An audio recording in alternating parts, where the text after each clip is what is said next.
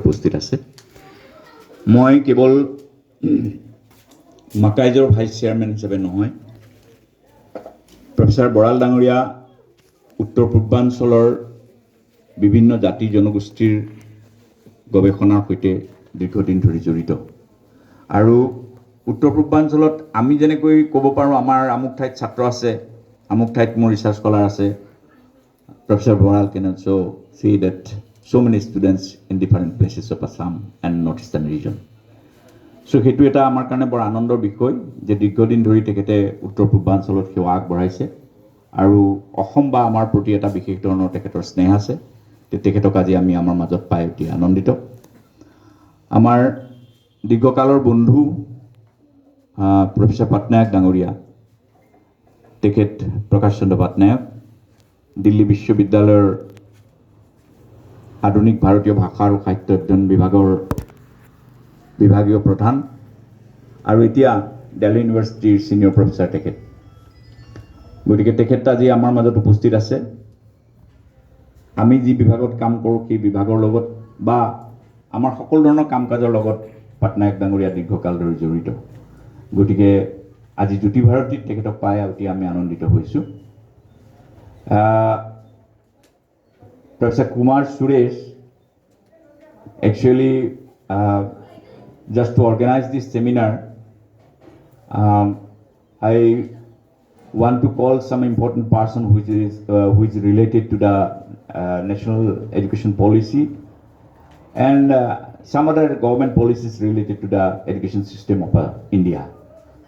So in that way, I just searched for some people, and on that way, I found Professor Kumar Sureshji, and I'm very glad that he is agreed to come to our this national seminar as a keynote speaker. So from Jyoti Bharati, I welcome you, sir. And Hagor Borua Dangoria, Dr. Hagor Borua, Khagorijan College or Teket retired principal. আৰু আমাৰ অসমীয়া সাহিত্য সন্মিলনৰ মাননীয় সভাপতি, গতিকে সাগৰ বৰুৱা ডাঙৰীয়াক আমি আমাৰ মাজত পাই অতি আনন্দিত। আমাৰ উপস্থিতিৰ সংখ্যা যথেষ্ট কম, যদিও এটা মেজৰ এক্সিডেণ্ট আজি ৰাস্তাত হৈছে, গতিকে বহু পাৰ্টিচিপেণ্ট এতিয়াও আহি পোৱা নাই অন দ্য ৱে। কিন্তু যথেষ্ট সংখ্যক গুৰুত্বপূৰ্ণ ব্যক্তি ইয়াত আছে। মই চিনাকি কৰি দিবলৈ ভাল পাম। ডক্টৰ মুকুন্দ শৰ্মা, ভৱানীপুৰ আঞ্চলিক কলেজৰ প্ৰিন্সিপাল, ডক্টৰ গৌৰ ডাঙৰীয়া, এখেত নলবাৰী MNC কলেজৰ principal, and Abdul Ghafoor is a professor of Bhavanipur Anchalik College. Mr. Tajuddin is also from Bhavanipur College, and yeah, then Tahiruddin, I think he's from Assam Police, so he is also presenting a paper on technical issues. So some other paper presenters and scholars are also here. So from Jyoti Bharati Alukdham, I welcome you all to this institution, and I hope that with your blessings, this institution will grow up accordingly. Thank you. Thank you, sir, for delivering such wonderful speech. Now I would like to request Dr. B. Vijay Kumar, sir, to speak a few words on Jyoti Bharati Alukdham.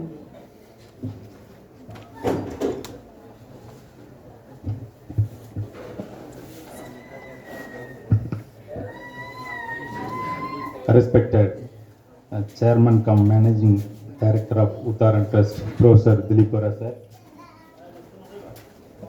Respected Senior Professor from Department of Modern Indian Languages and Literary Studies, Delhi University, Prakash Patnaik sir. Respected our guest and Vice Chairman of Makais, Professor Kailash Baral sir. Respected Professor Kumar Suresh from NIPA, sir. Our coordinator and other trustee members, senior professors, teachers, colleagues, and other club representatives. Good morning to all. I am happy to be here to share something about Uttaran Trust. Uttaran Trust is a non-profit organization dedicated to the mission of spreading quality and holistic education in the areas of humanities and social sciences, along with the fostering the idea of human development. The trust emphasizes upon the broader role played by the humanities and social sciences, not only in the disciplines traditionally associated with them, but also spreads into the domain of science and technology, which is after all creation of human mind and consciousness. This is the root objective behind the concept of inclusive learning, which lies in the foundational base of our educational program. The Uttaran Trust is devoted to an all-round development of the society with the foundational principle of Indian philosophy of spirituality. Currently, the trust has based its activities in the rural area of Pittargula near Baitasarali with its two wings functioning from this year, the Jyotiparadi Chatya Vidyabit and Jyotiparadi Institute of Education and Research. The trust has also endeavored to establish the Aloktam, which will be the spiritual center, its premise. The Uttaran Trust was established in 2014 with Professor Dilipara of Guwahati University as the chairman cum managing trustee, and includes Professor Anuradha Sharma, Professor Mugul Chakravarti of Guwahati University, Dr. Dazuddin Ahmad of Pratika Hospital, and Mr. Akhil Sharma, a retired government officer, as the member trustee. Since its inception, Uttaran Trust is devoted to provide quality education to the weaker section of the remote and inaccessible rural areas, and as the beginning. It has been concentrating the Pittargula area, which has a significant population of tribal and other ethnic communities. We have also started providing free of cost boarding and education to the urban's needy and poor students. The students are residing in the campus, and the institute is committed to provide them facilities for all-round growing. With the very limited resources, the trust has been devoted to providing free quality education to the children through Jyotiparadi Vidyabit. Currently, Uttaran Trust has the three functional organs, namely the Jyotiparadi Chatya Vidyabit, Jyotiparadi Kalaniketan, and the Jyotiparadi Institute of Education and Research. The institute leverages philosophy of development and progress of all. The institute tries to encompass all these aspects that can have an impact on society into its activities. During this peak period of COVID-19 in Assam, the year 2021, the institute conducted 3-day lecture program aiming to raise awareness in various sections of the society. The lectures were delivered by the various eminent scientists of the country, like Professor Arunalak Chakrabarti, Satyajit Rath. They tried to explain various aspects of disease, the virus, and the vaccines. Similarly, in recent times, the institute also conducted several other lectures, seminars, and discussions, topics like Assamese language, history and journey, folklore, and so on. Recently, the institute organized a seminar on the theme Nationalism and Literature, with a special reference to Assamese and Tamil languages, jointly with the Department of Modern Indian Languages and Literary Studies, Guwahati University. The main motto of institute is to build capacity in subjects from both science and social sciences to inculcate vibrancy and scientificity in the approaching any topic pertinent to the society. Thank you, sir. Thank you.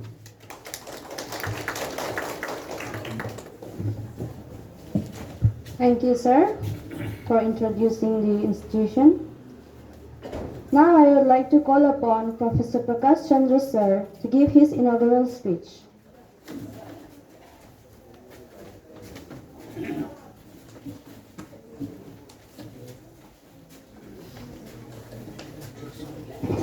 Namaskar.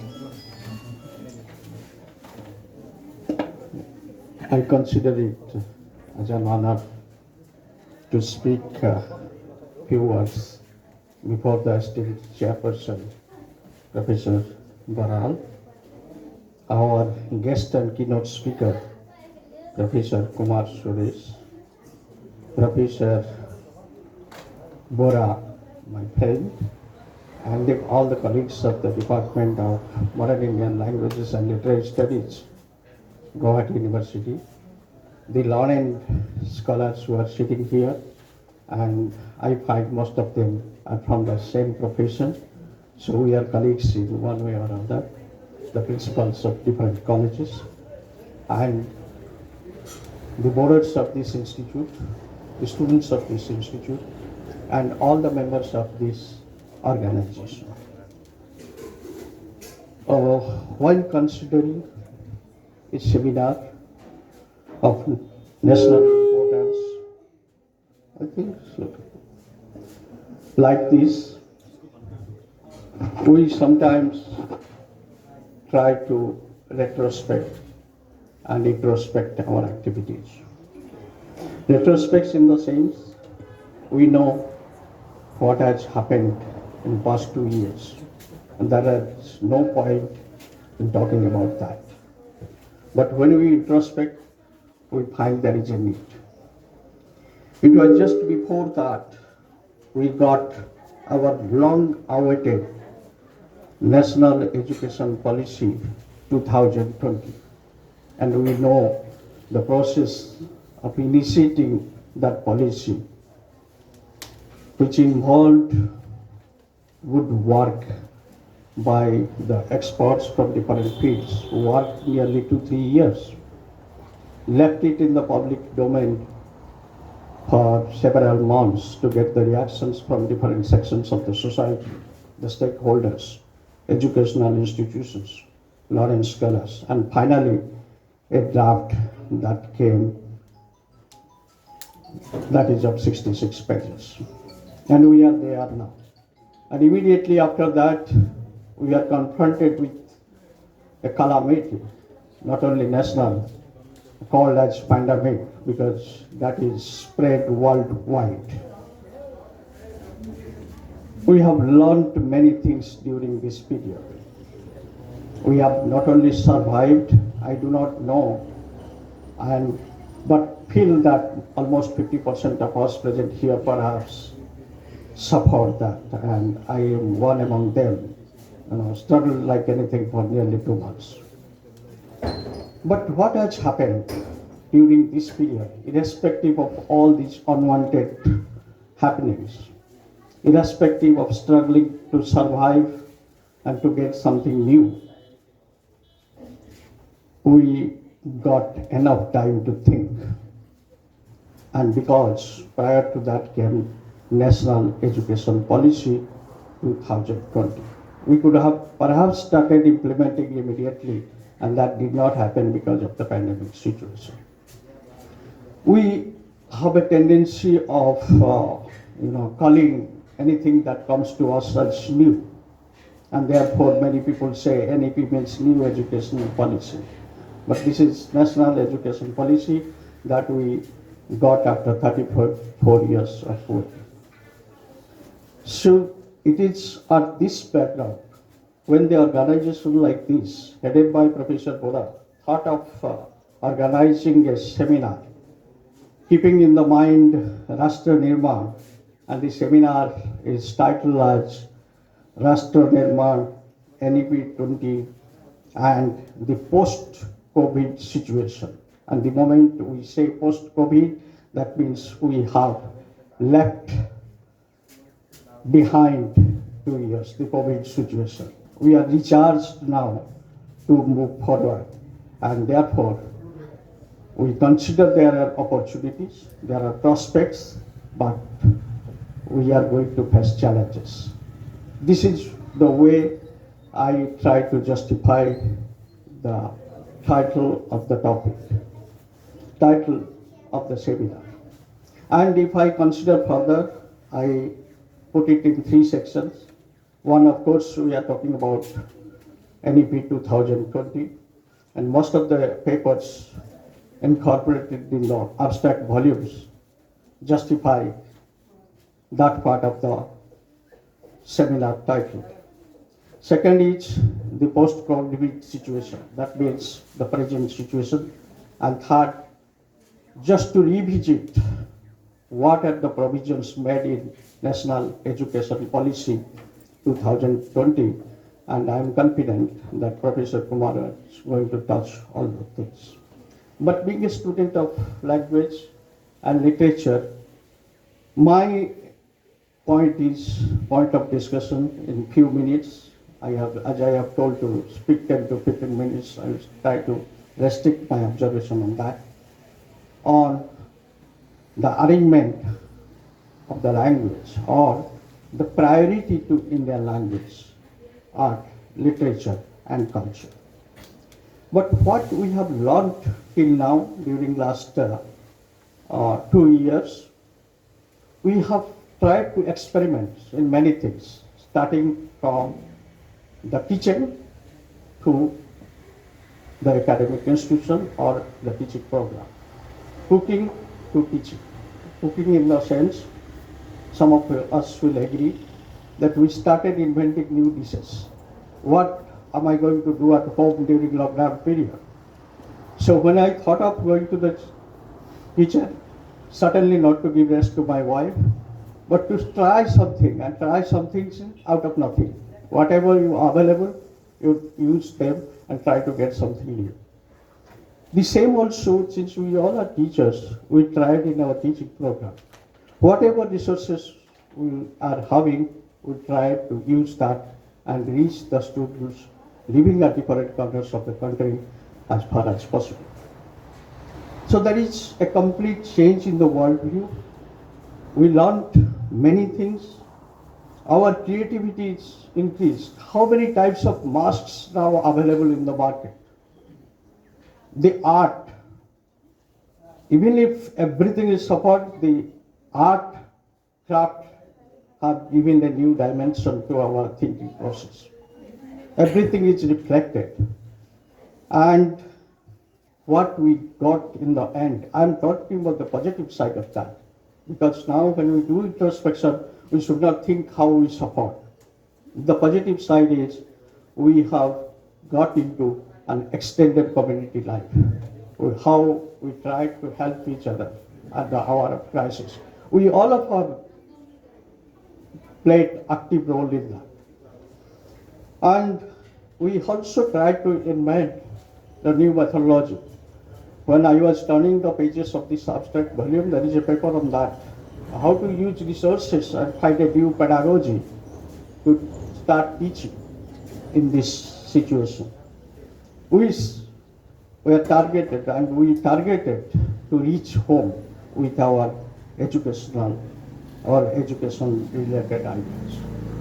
Now what are the provisions related to Indian languages in the NEP 2022-20, and I'm referring to only the 3 pages, page number 53 to 56.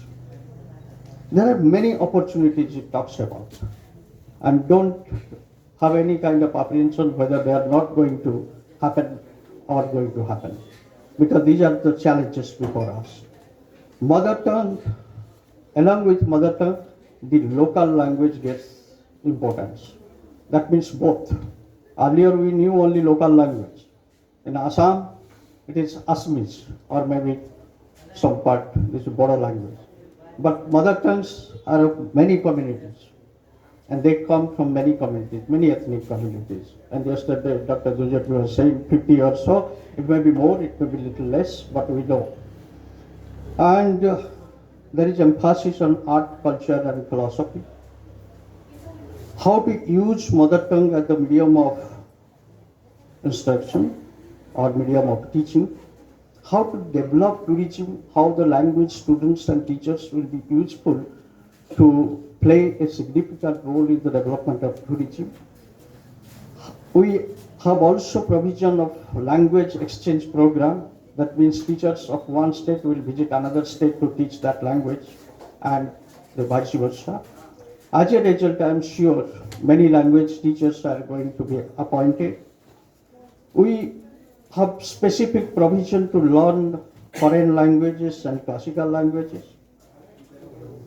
We have come to a place where we don't consider English as the knowledge of language. We may say that English is the knowledge of modern language, modern knowledge. English is the language of modern knowledge.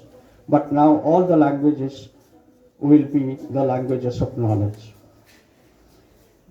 Government also thinks for the provision of translation, and therefore the proposal carries the translation and interpretation a separate institution. There will be preparation of an enormous number of dictionaries covering different languages, either recognized in the schedule of the constitutions or not. Then music, art, craft, all these components of life will come to the education. That was there before, but not visible. But now I believe that it will be visible. Strong departments of Indian languages, and I don't mind to tell that, yes, there are Indian languages department, but they are treated differently. If I use the word considered as inferior, perhaps you will not disagree with that. This is the actual situation. For if there are strong departments in the sense equipped with research and teaching, they are going to emerge. Creation of Indian language, universities and National Institute of Indian Languages of IIT standard, if that happens. That is the challenge for us. Creation of language academy, very few language academies are there in Delhi, so at least 22 language academies will be there in Delhi or other parts of the country. And the most important thing, the proficiency of the local language will be given priority at the time of selection for any position.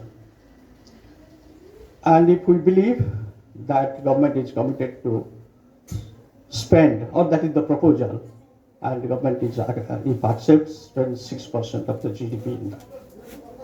Now, what is the challenges? Of course, we know that our country, the vastness of the country, many communities, many language groups are there, so it is very difficult to reach them. Availability of resources, we are talking about the technology, therefore it was catchy, the last paper was catchy to me, how to use this indigenous technology in the teaching program.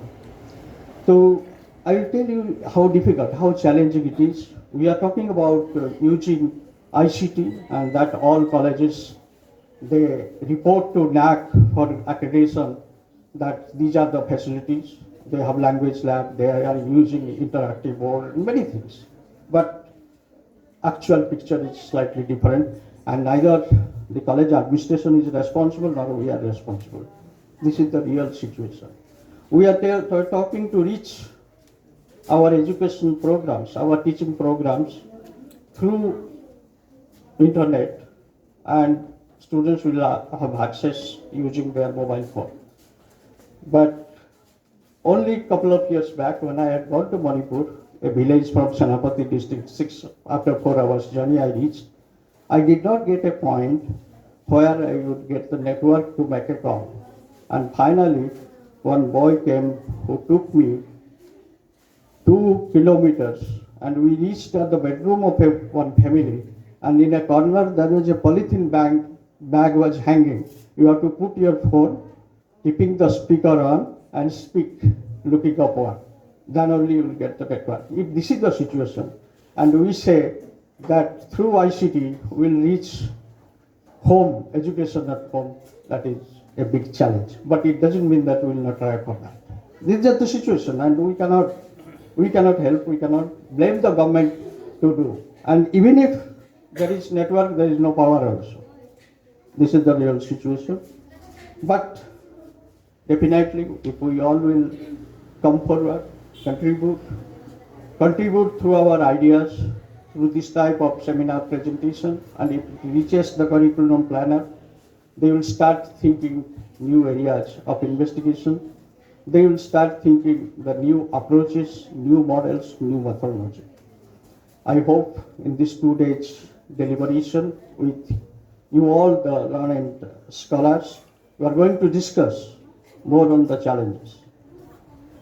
And challenges we are not immediately facing, but we are going to face. And in order to do that, we will discuss the national education policy, different issues of national education policy.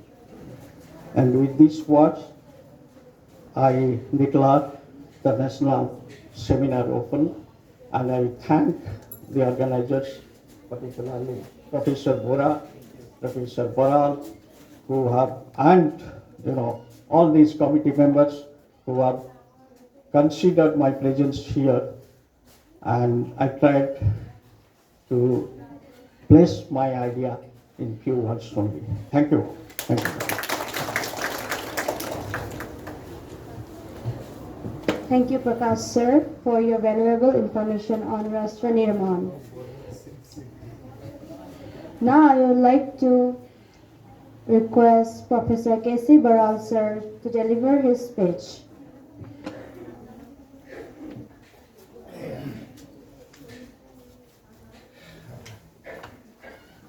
Namaskar to all the guests and participants and the young students. Still one or two are left. And guests on the dais,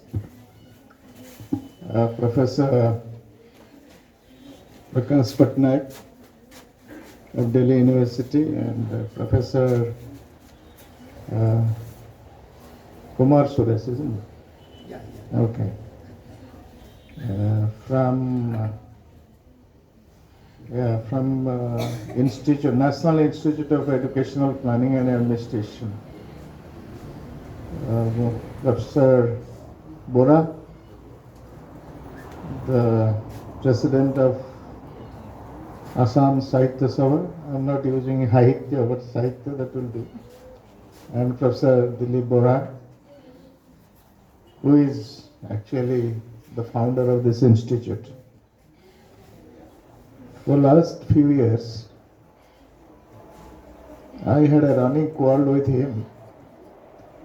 Anytime I come to Guwahati, he promises me to bring it here. But he didn't bring me here. I came here. He didn't bring me here, I came here. Yeah, I am really appreciative of the fact that, because when we talk about seminars, workshops or workshops and all these things, all these big things happen in cities. And look at the ambience. Think about it, to have a national seminar for 2 days in a place like this. I'm not saying that your building is under construction. These kind of institutions are perpetually under progress. You can never think of Jyoti Bharati Institute will stop or say it is completed.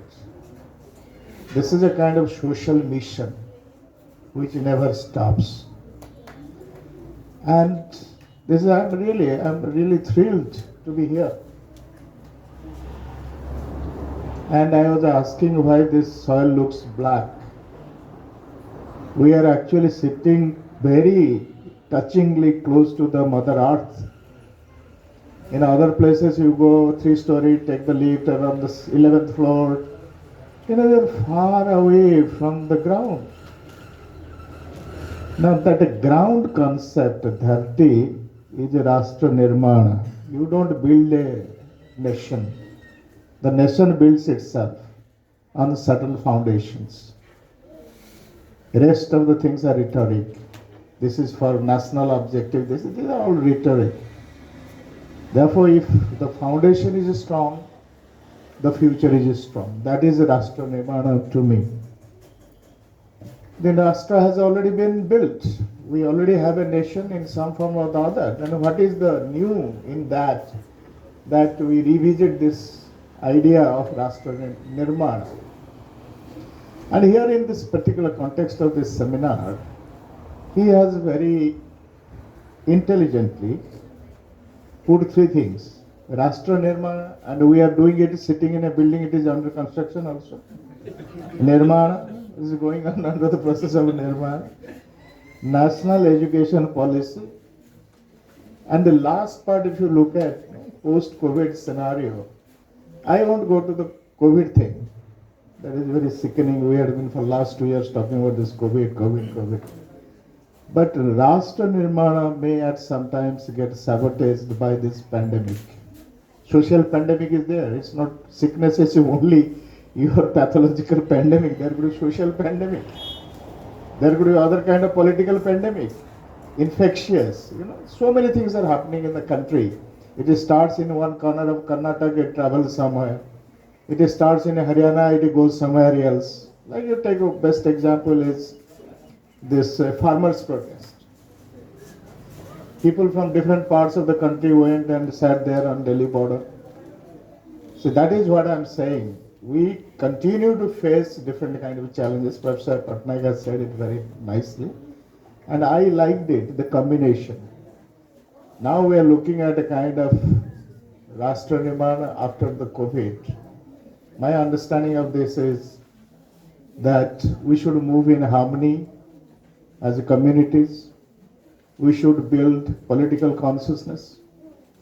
And ultimately, we may visualize or realize a nation which we might have dreamt as a beautiful dream, not as nightmare like the pandemic. And where does it start? That the ideal nation, where does it start? It starts with this instrument, education. Education here is the instrument. I am not going to the policy part of it, education as such. And if you look at, just think back for a while. See, this is a national education policy, and after a few years there will be another new national education policy. Now this will continue because it is according to the time things change. Policy interventions are made. Few years back when Rajiv Gandhi brought his new education policy, there was no mention of technology. There was no pandemic. Imagine a situation when this access was not there, online access. It would have been 2 years just gone from everybody's career. Okay. Therefore, now technology is the buzzword, and that provides the thrust to the new education policy. That how we can empower our learners through technology. It seems technology does better job than humans.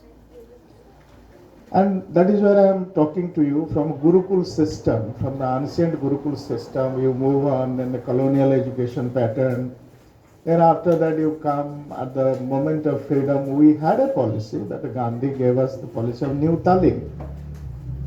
And New Talim was really a profound thought which nobody has ever debated upon or talked about. Gandhi was conveniently clubbed with Tagore. Those of you who have done education MA, you know Indian philosophy of education. And if you want to extend a little bit, you go to Aurobindo. And who are these people? Gandhi was a political activist. Tagore was a poet. Aurobindo was a religious figure. And they have thought about the education in a very idealistic way, not in a practical way. And none of them have been part of any policy. But their ideas could be reflected upon. We could have thought over these great people must have said something unique, and let us understand that. This new Talim.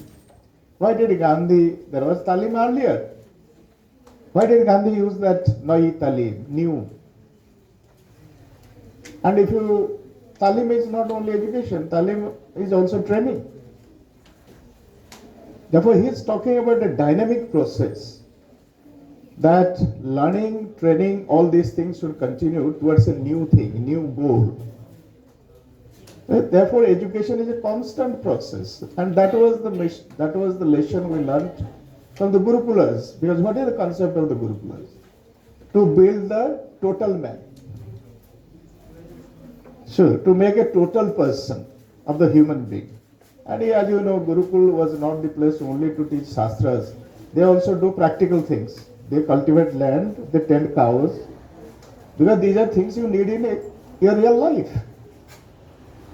And that you can put in today's language, holistic education. You know everything, little bit of everything, and make your life comfortable. Now education is that. Education that makes life comfortable, and there is another understanding of education which is very powerful. It empowers you with knowledge and practice. Knowledge and practice. Therefore, starting from Kothari, Radhakrishnan, so many commissions we had. Unfortunately, it was built around knowledge. Have knowledge, therefore we produced for a long time unemployable graduates. And we are still doing that. And the universities never had any objective, any purpose, just to teach, not to think of the product. What you are producing is not your responsibility. Your responsibility is you keep on teaching whoever comes to your door. And in the process, we produced a large number of unemployable graduates. This is one of the major flaws of the mass universities, degree giving mass universities. No quality control. Anything goes, anybody enters your institution should end up getting a certificate, whether first class, second class, third class, whatever it is. He is certified, qualified, not qualified in real knowledge, understanding, or practice. See, this is the problem. The certification, as we have done in our constitution, and many people talk very highly about it. See, people, the moment they are certified, you are fixed. As we have scheduled tribe, scheduled caste. Who is actually giving you caste? Government is giving you caste.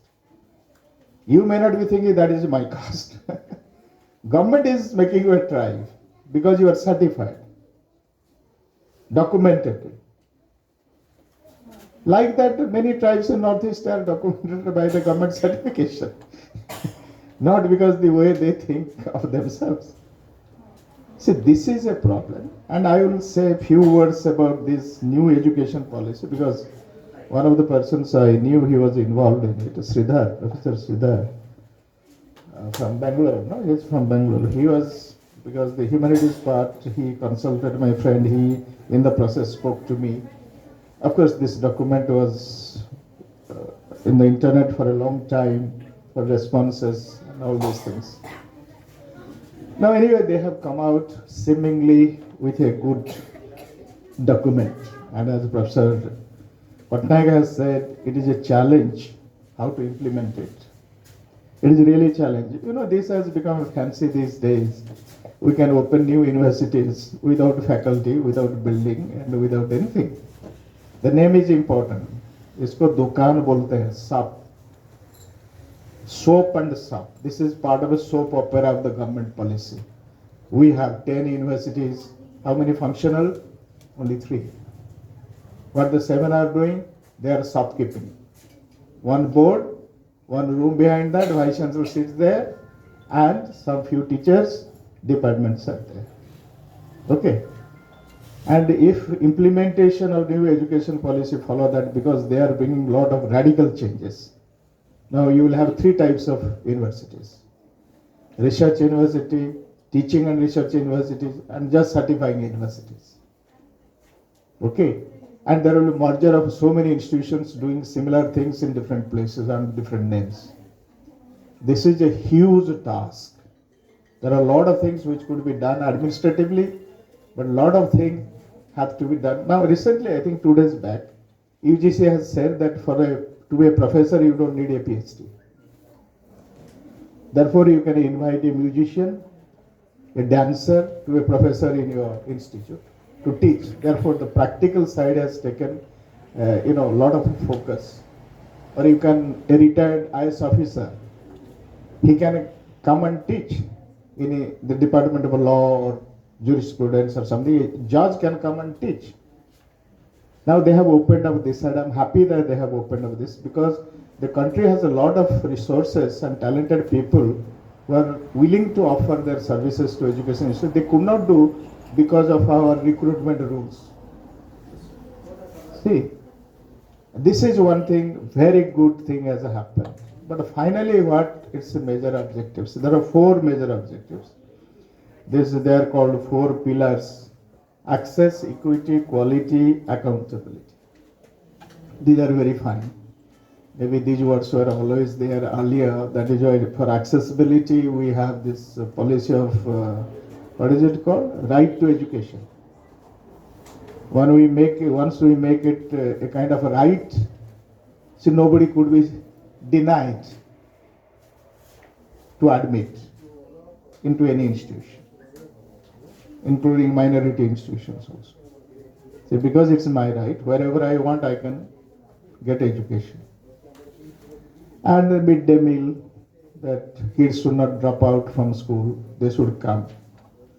Now all these things are fine, but you go to any village, I think there may be also here, mushrooming of English medium schools. People don't go to government schools. They would pay more money and go to these fake, most of them are fake English medium schools. Because I know what happens, because near my village there are 4 or 5 in a remote village of mine, and none of the parents are willing to send their kids. Believe me, the primary school in my village is closed down because there are no students. Government has closed down the place. It is a small village, there are 3 English medium schools. I don't know about their English and their medium and whatever. They are just like tuition centers in the name of English medium school. And the parents don't send children. And we are talking today about new education policy. Look at the gap. This gap has happened only because of one reason. As long as education in the concurrent list, we will keep on facing this. And we cannot avoid it. Okay, till the state and the center, if they are not in coordination, in harmony, nothing will be implemented. We have also earlier experience in that. Anyway, we already had a kind of integrated system. What I like about this particular thing is, you see, they could have added one thing here after accountability, diversity. The syllabi has been diversified like anything. A student of science can opt for music, and the children can get access to many languages. Therefore, on paper, this new education policy looks fantastic. It takes care of gender, it takes care of tribe and caste, empowerment of people, and the thing is, it needs a huge infrastructure and a human resource, those who will teach this. Okay? And how far the government is going to plan about it, how they are going to implement it, if they implement it in a piecemeal, that will be disastrous.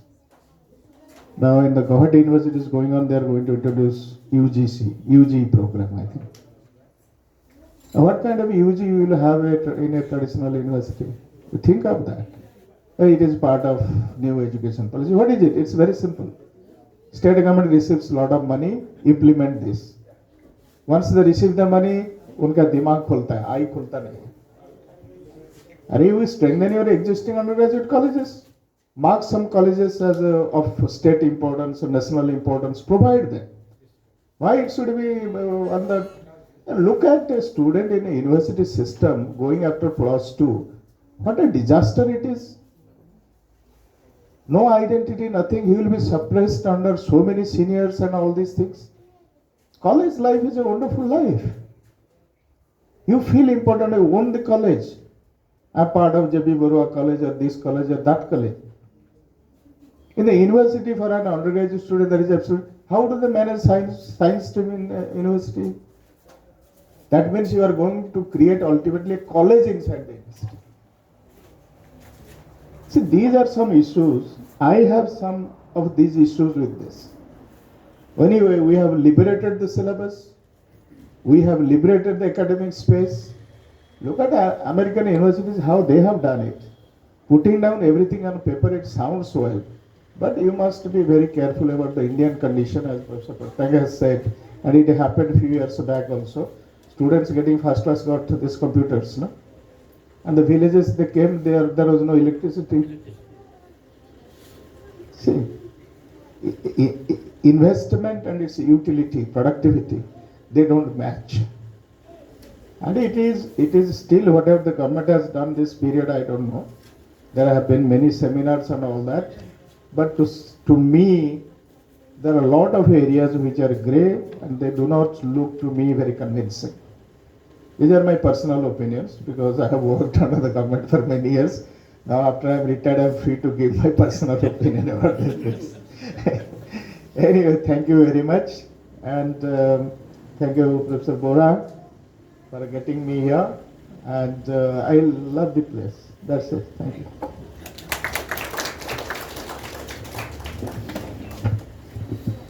Thank you, sir, for your wonderful information on the new education policy. Next, I would like to request Professor Kumar Suresh to deliver his keynote address.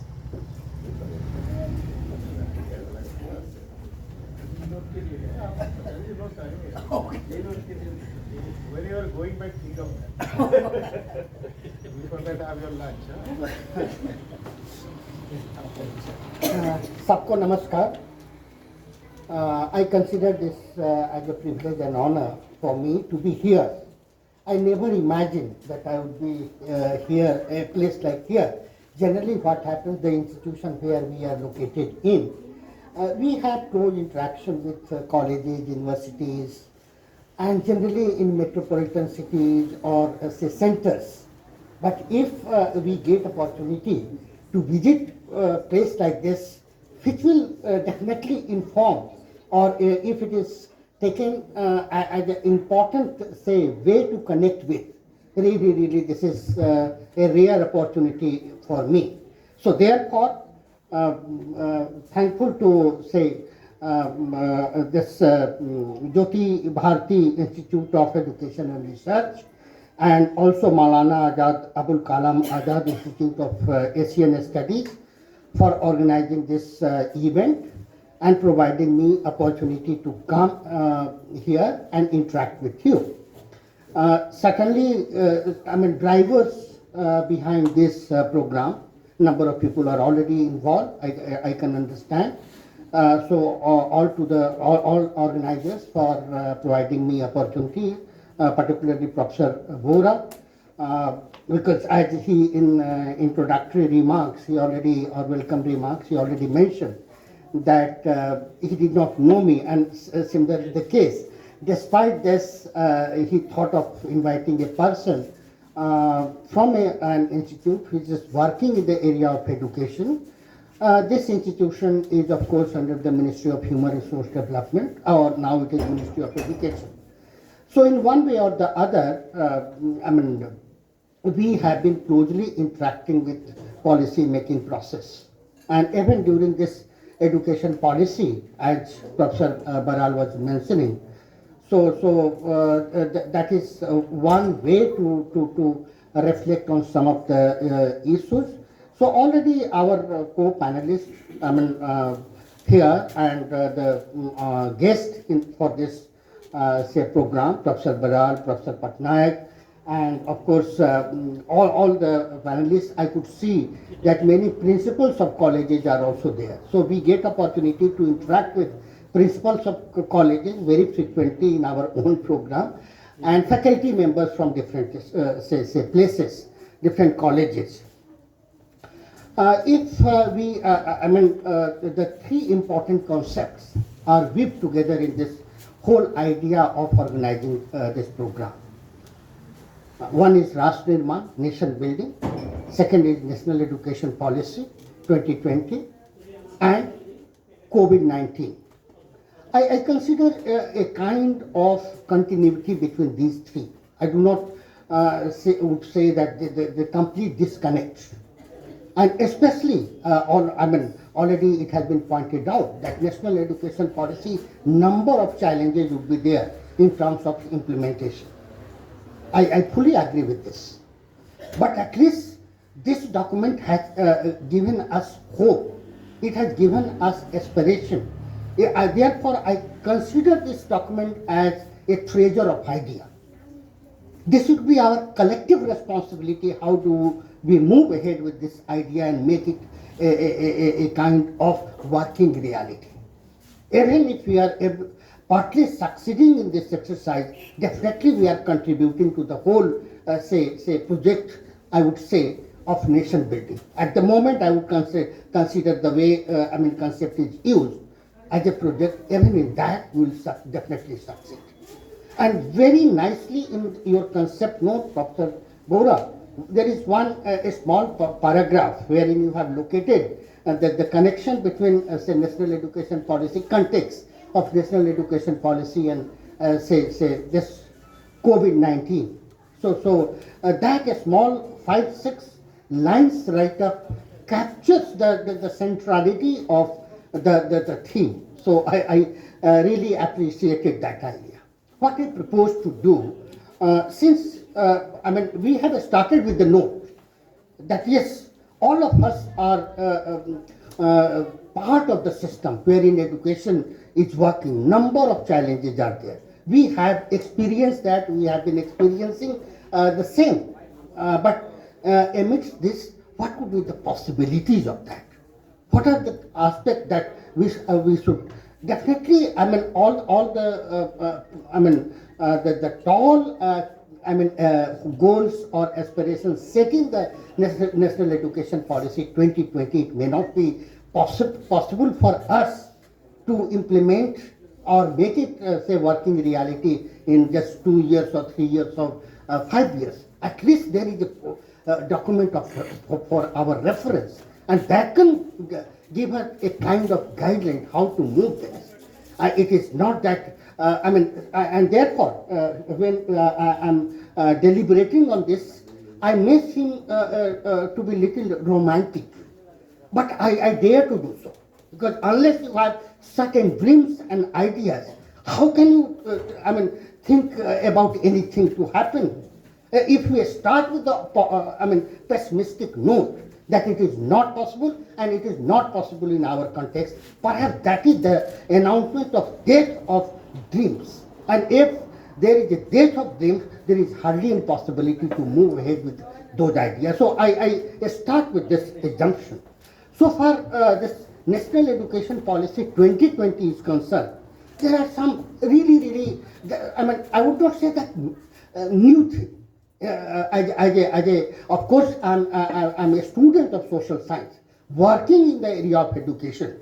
So from the student life, I've been, say, reading and, say, thinking about some of the ideas in philosophy or otherwise.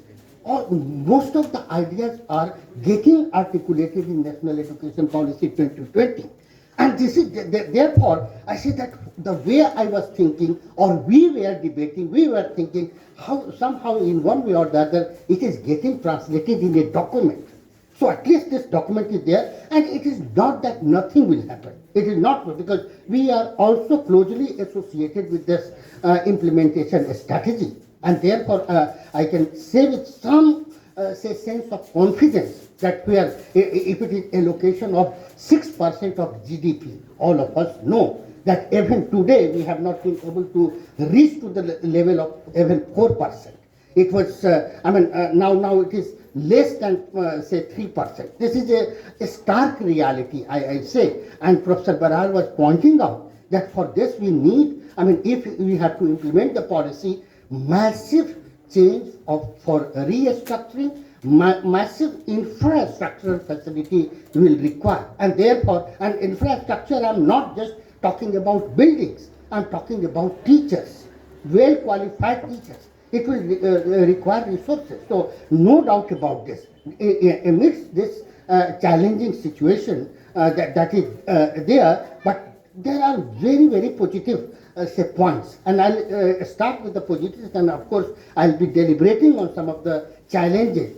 And we cannot just, and we should not just reject that. We have to definitely find ways and means as citizens of this country, not essentially representative, politically elected representative, but citizen of the country. How we will shape our fate in coming years, or fate of our country and future generations. So from that perspective, I would like to make some points.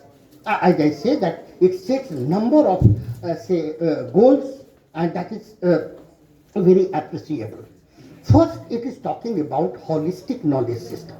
And Professor Baral, you have already served as a professor and also in administration. Just I am reminded of, in context of higher education, I am reminded of the idea of university.